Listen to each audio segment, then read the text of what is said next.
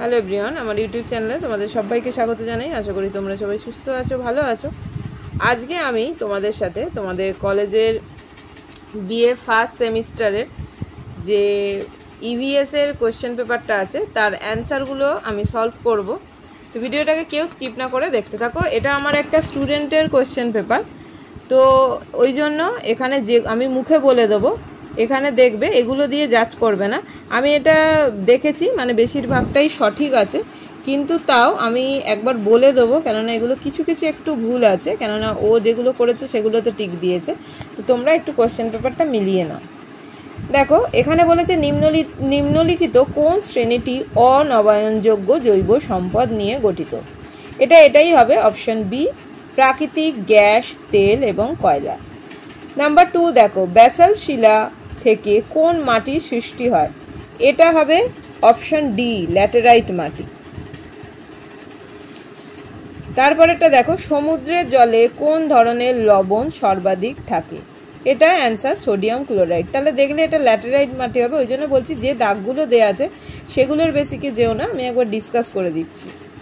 জীবাশ্ম জ্বালানির দহনের ফলে বাতাসে প্রধানত যে গ্যাস ছড়িয়ে পড়ে আমরা জানি এটা CO2, মানে কার্বন ডাই অক্সাইড।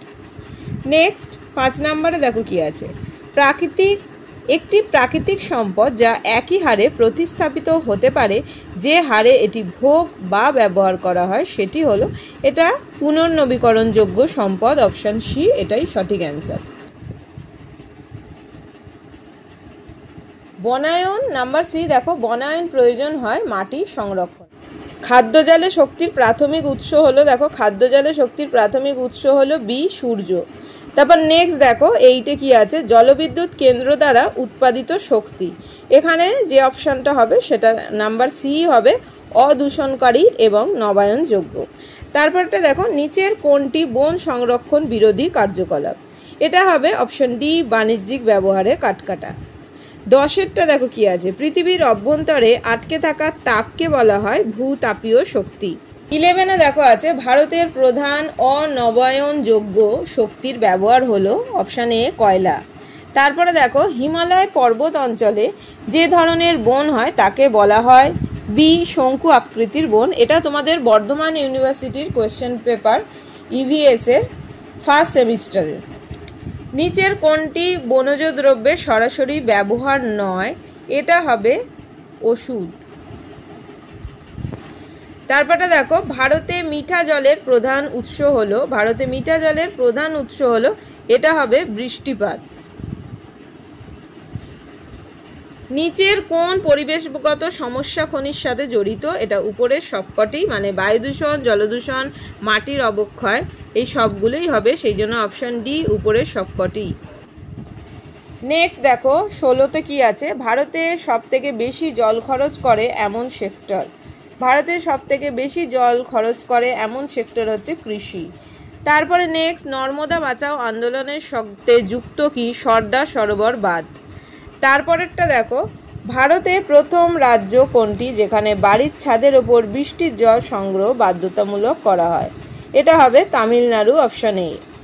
তারপর নেক্সট 19, মাটির সাথে সম্পর্কিত জীবজগতের উপাদান হলো অপশন এ, লিথোস্ফিয়ার। নাম্বার দেখো নেক্সট 20, নিচের কোন খনিজটি অ্যালুমিনিয়ামের প্রাথমিক উৎস।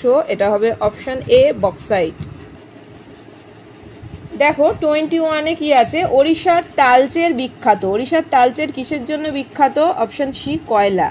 তারপরে দেখো, নিম্নে প্রদত্ত কোন বছরে ভারতের সবুজ বিপ্লব শুরু হয়েছিল। অপশন বি, 1965 খ্রিস্টাব্দে। তারপরে দেখো, খনন করার পর ফেলে যাওয়া পরিত্যক্ত খনি গহ্বর ব্যবহৃত হয়। অপশন ডি, বর্জ্য সঞ্চয়। তারপরে দেখো, UNCED আনসেডের পূর্ণ রূপ কি। এখানে দেখো, দেখবে কিছু কিছু অপশন একদম কাছাকাছি, এটা কিন্তু এইটাই হবে option B, United Nation conference on environment and development. তারপরে দেখো, সামাজিক, অর্থনৈতিক এবং পরিবেশগত সমতা অর্জনের জন্য প্রয়োজনীয় শর্ত হলো অপশন ডি, স্থিতিশীল উন্নয়ন।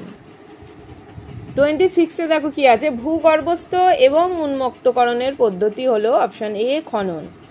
নেক্সট, সিংভূম কপার বেল্ট কোথায় অবস্থিত? Option D Bihar. তারপরে দেখো, স্থিতিশীল উন্নয়নের দিকে প্রথম পদক্ষেপ কোথায় হয়েছিল? অপশন এ স্টকহোম সম্মেলন। নেক্সট দেখো, যে পরিমাণ তেল ব্যবহারের জন্য উপলব্ধ হতে পারে তাকে বলে তেলের মজুদ। তারপরে নিচের কোনটি বনায়নের একটি শাখা? সুরক্ষা বনায়ন, অপশন এ। 31 আছে, বৃষ্টির জলকে বলা হয় পালার পানি। নেক্সট, নিচের কোন রাজ্যে ভূগর্ভস্থ জলের ব্যবহার সবচেয়ে বেশি? Option D Punjab. তারপর নেক্সট দেখো, নিচের কোনটি জলকে সম্পদ হিসেবে বর্ণনা করে? এটাও অপশন এ অজৈব সম্পদ। তারপর 34 আছে, ছাদে বৃষ্টির জল সংগ্রহ একটি কৌশল যা পুনরুজ্জীবিত করে কোনটাকে? এ ভূগর্ভস্থ জল। নেক্সট দেখো, নিচের কোনটি জীবাশ্ম জ্বালানি নয়? এটা হচ্ছে ইউরেনিয়াম, অপশন ডি। না 36 দেখো আছে, নিচের কোন প্রধান পরিবেশগত সমস্যা খনির সাথে জড়িত? এখানে লেখা আছে উপরের কোনোটিই নয়, এখানে কিন্তু actually all of the above হবে। দেখো এখানে ইংরেজি অপশনটা একটুখানি খেয়াল করো, এটা কিন্তু all of the above, option D. এটা কিন্তু উপরের সবকটি, এটা দেয়াটা একটু হয়েছে, উপরের সবকটিই হবে, এটা এই অপশনটাই হবে, কিন্তু এখানে লেখা আছে উপরের কোনোটিই না, এটা হবে উপরের সবকটি। তো যাই হোক, তারপরে দেখো 37 আছে, ভাকরা নাঙ্গাল নদী উপত্যকা প্রকল্প যে নদীর ওপর দিয়ে গড়ে উঠেছে সেটা হচ্ছে শতদ্রু বিয়াস। নেক্সট দেখো 38 কি আছে, লাঙল দেয়া ও ফসল ফলাতে ব্যবহৃত জমিকে বলা হয়? তাহলে লাঙল দেয়া ও ফসল ফলাতে ব্যবহৃত জমিকে কি বলা হয়? আবাদি জমি। 39 দেখো কি আছে, নিচের কোন রাজ্যে কালো ব্যাকেটে দেখো দেয়া আছে কৃষ্ণ মাটি পাওয়া যায়? 4টে অপশন দেয়া আছে, যেহেতু এমনি এগুলো দেখতেই পাচ্ছ বাংলাতে লেখা আছে, আমি সেই জন্য অপশনগুলো পড়ছি না, ডিরেক্ট যেটা সঠিক সেটাই বলে দিচ্ছি।